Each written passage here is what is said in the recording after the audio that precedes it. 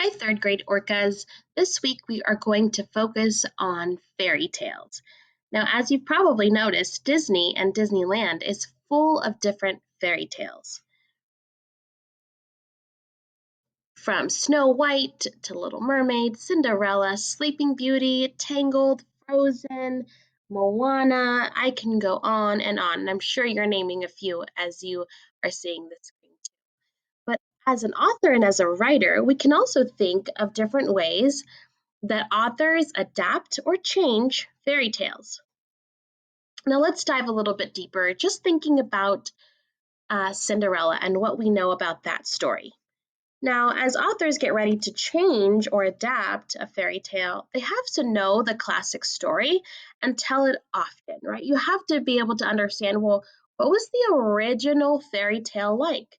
So when we think about Cinderella, we think about, well, once upon a time, there was this girl that was treated horribly by her stepmother and stepsisters.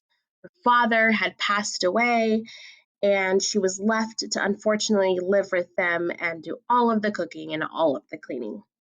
Well, one day, the fairy godmother granted her this wonderful wish and gave her this beautiful gown to go to the ball. And at the ball, she met the prince and was able to dance the night away with him. Now, unfortunately, the wish that was granted by the fairy godmother only lasted until midnight.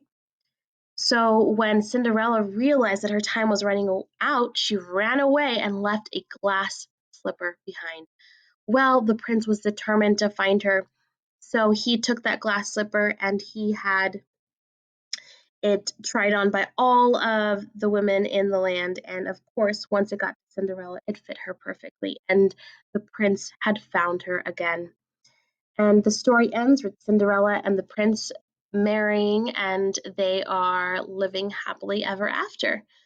Well, as a writer, you can change some of the things of this story as long as you know how the classic goes, right? You can change a lot of different things and be creative. So let's look at the different ways you could possibly change a fairy tale. Well, you can change the character.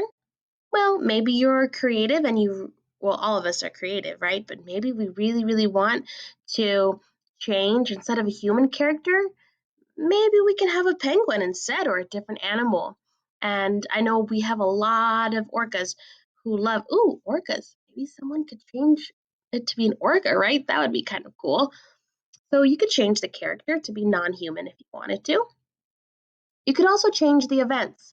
Now, this one I think is pretty cool. Instead of having it be from Cinderella's perspective, well, what do you think the stepmother and the stepsisters were thinking? So, this adaptation is called Seriously, Cinderella is So Annoying. So, that would be a fun, different twist to that story, right? What do you think their part of the story is? An author can also change something from being old fashioned to modern. So, we're so used to seeing that Cinderella in the middle from Disney.